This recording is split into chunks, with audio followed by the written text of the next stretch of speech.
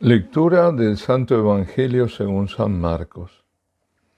En aquel tiempo proclamaban Juan: detrás de mí viene el que es más fuerte que yo, y no merezco agacharme para desatarle la correa de sus sandalias. Yo os bautizo con agua, pero él os bautizará con Espíritu Santo. Y sucedió que por aquellos días llegó Jesús desde Nazaret de Galilea, y fue bautizado por Juan en el Jordán. Apenas salió del agua, vio rasgarse los cielos y al Espíritu que bajaba hacia él como una paloma. Se oyó una voz desde los cielos: Tú eres mi Hijo amado, en ti me complazco. Palabra del Señor. El 6 de enero hemos celebrado a la Epifanía, uno al lado del otro, ¿no? Que es la manifestación del Niño Dios a las naciones, al no Israel, a los goín, ¿no?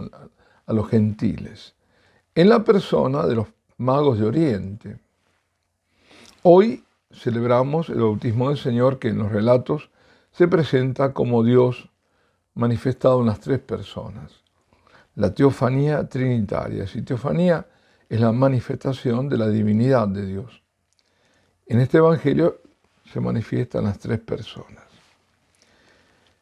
Y también el Espíritu Santo desciende en forma de paloma sobre Jesús, el Hijo de Dios, mientras el Padre Eterno se oye de él la voz que dice: Tú eres mi Hijo amado, en ti me complazco. Esas palabras son resonancia de la profecía dada por Isaías siglos antes, cuando pronunció el oráculo: Mirad a mi siervo, a quien sostengo, mi elegido, en quien me complazco. Anticipando aquel preciso momento, porque agregaba: he puesto mi espíritu sobre él. Se trata del primer canto del siervo de Yahvé, del llamado Deutero Isaías, o sea, segundo Isaías. A la luz de la revelación, en la profecía de Isaías, es Dios Padre quien habla de su amadísimo Hijo, sobre quien se posa su espíritu. Ese Hijo muy amado deberá ser escuchado, como el Padre ordenará en el monte de la transfiguración. Eso lo escuchan los apóstoles más íntimos del Señor, Pedro, Juan y Santiago. Deberá ser escuchado y obedecido. Y como también vemos, ese Hijo tan amado, Jesús, es al mismo tiempo el siervo sufriente, como lo revelan los cantos del mismo profeta. Sobre todo se muestra como siervo sufriente en el cuarto canto y en particular en el capítulo 53. Ese capítulo 53, desconocido por los judíos. No se lo lee, no se lo estudia, está prohibido, está desde siempre prohibido por los rabinos, ni mencionarlo. ¿Por qué? Porque es el que mejor describe la pasión y valor redentor de esa pasión de nuestro Señor. Entonces los porteros, estos rabinos, no dejan al pueblo judío acercarse. Y sobre ese capítulo, justamente por ese motivo, insisten los judíos mesiánicos y los judíos convertidos al cristianismo, los que fueron bautizados, para que sus hermanos del pueblo judío abran los ojos, se les caiga el velo que llevaron durante 2000 años. Vale la pena leerlo nuevamente, ese capítulo 53. Dice así: lo vimos sin aspecto atrayente, despreciado y evitado de los hombres, como un hombre de dolores, acostumbrado a sufrimientos, ante el cual se ocultaban los rostros, despreciado y desestimado. Él soportó nuestros sufrimientos y aguantó nuestros dolores.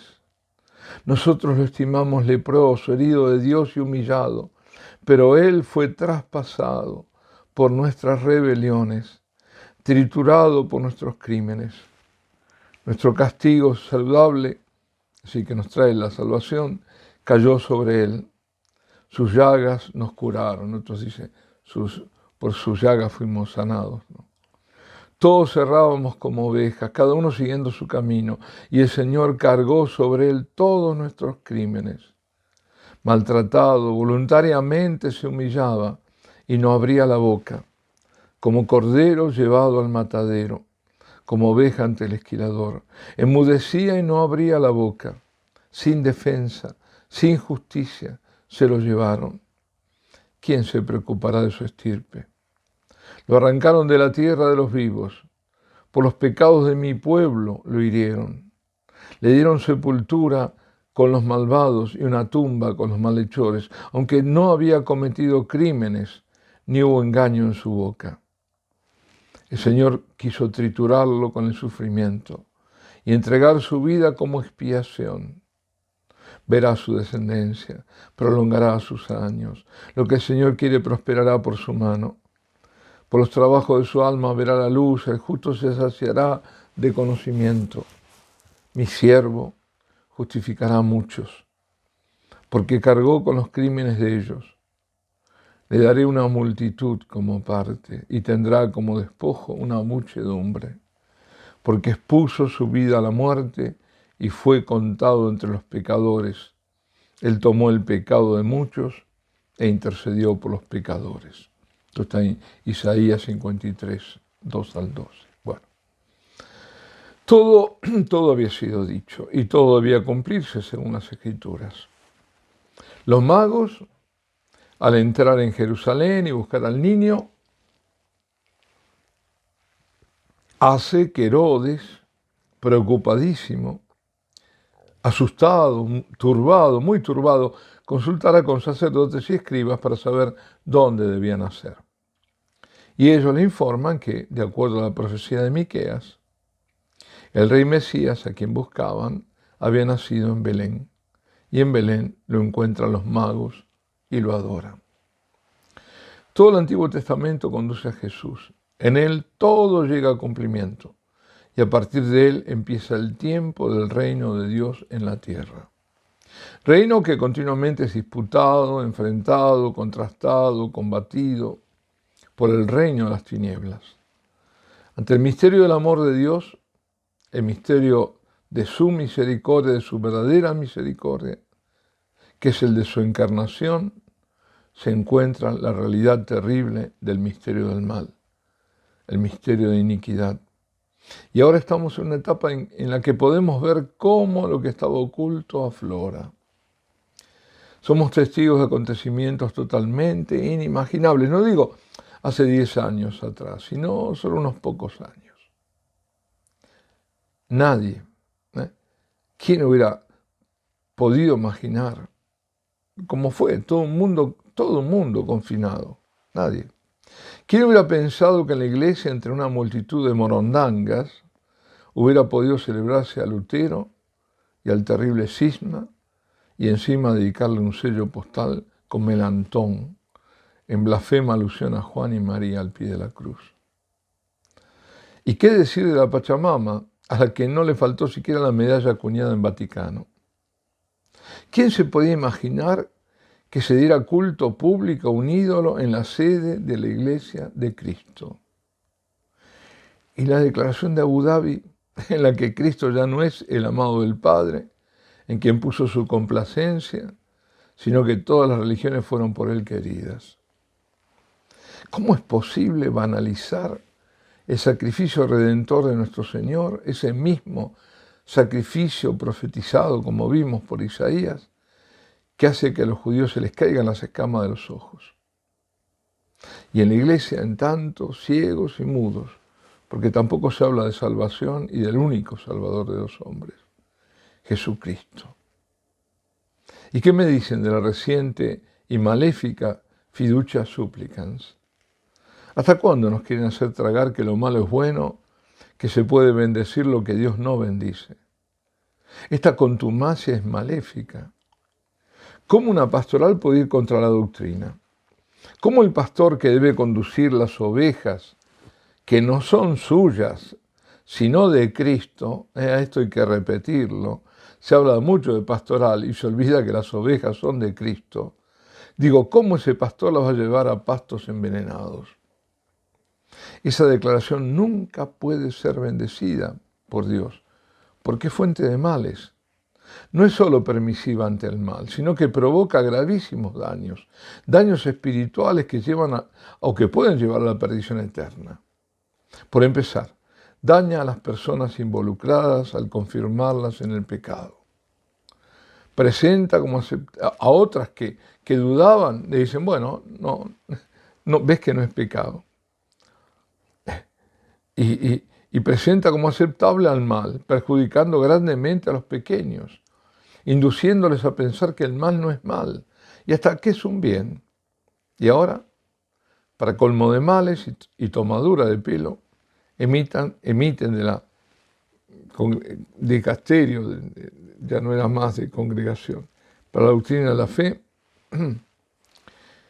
esta aclaración, que no es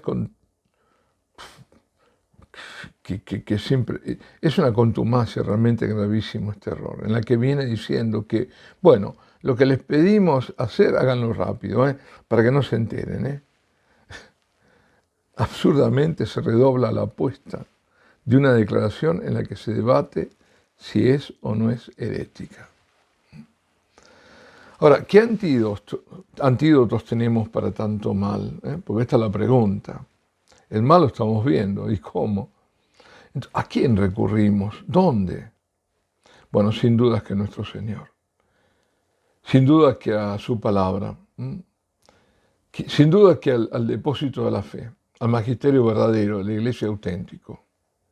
Y mientras se pueda y donde se pueda, digo dónde porque hoy las celebraciones son cualquier cosa, a Él en la Eucaristía. Ojo, no estoy diciendo, de nuevo, ¿no? Para aclarar, porque me preguntan tantas veces, si el sacerdote dice las palabras que debe decir, está válidamente ordenado, y esas palabras de consagración son las correctas, hay consagración.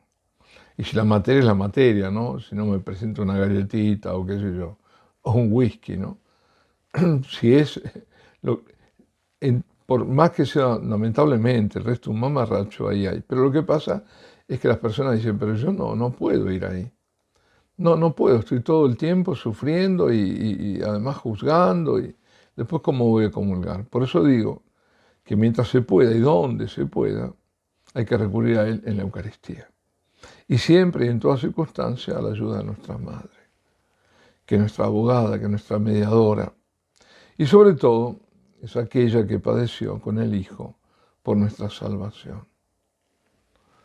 Ella sabe de dolores y ama profundamente a todos sus hijos. La Eucaristía es siempre la respuesta. Por eso los principales ataques van contra la Eucaristía.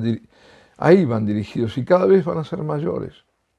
Y así como ocurrió con el templo de Jerusalén, cuando el pueblo judío no reconoció a su Mesías, e instigado por sus autoridades lo hizo matar. Así también ahora, ante el menosprecio a la Eucaristía, lo que pasó durante el confinamiento puede repetirse. Y el Señor quitar la Eucaristía, porque en el fondo es Él el que la quita. Así me tratáis, pues no me tendréis. Pidamos que a nadie que honra, que ama al Señor, que lo adora, que lo reverencia, le falte nunca la Eucaristía. Cuando Jesús sale de las aguas del Jordán, donde había recibido el bautismo de Juan, se rasga el cielo y el Espíritu desciende sobre él como una paloma. Similarmente, cuando el sacerdote invoca al Espíritu Santo sobre el pan y el vino y pronuncia las palabras de la consagración, nuevamente se rasga el cielo. Y por obra del Espíritu el pan se vuelve carne y el vino sangre. En palabras del Papa Benedicto, cosas terrenas se vuelven misterio divino, porque el Señor se hace presente en la Eucaristía. Es la Iglesia, por obra del Espíritu Santo, que la anima, que ofrece al Hijo en el Santísimo Sacramento. Y a su vez, el Hijo, desde su presencia en la Eucaristía, da vida a la Iglesia, porque la Iglesia vive de la Eucaristía. Es el Padre que nos atrae hacia el Hijo. Es el Espíritu Santo el que ilumina por la fe la presencia de nuestro Señor en el pan y en el vino consagrados. La Iglesia, como María y con María, ofrece al Hijo nuestra adoración. La Iglesia lo ofrece en cada Santa Eucaristía que se celebra, porque la Santa Misa es culto de adoración. Y cada vez que lo expone en el Santísimo Sacramento, para que los fieles lo adoren. La oración es el mayor culto que puede tributarse a Dios, ya que es el único culto debido solamente a Él y a nadie más. Y es el Señor mismo que nos llama a encontrarlo para contemplar lo que nuestros ojos no pueden ver, a tener nuestra propia teofanía. Nos invita a encontrarlo para permanecer con Él en momentos de intimidad, de adoración y volver así fecundas nuestras vidas. Alabado sea Jesucristo.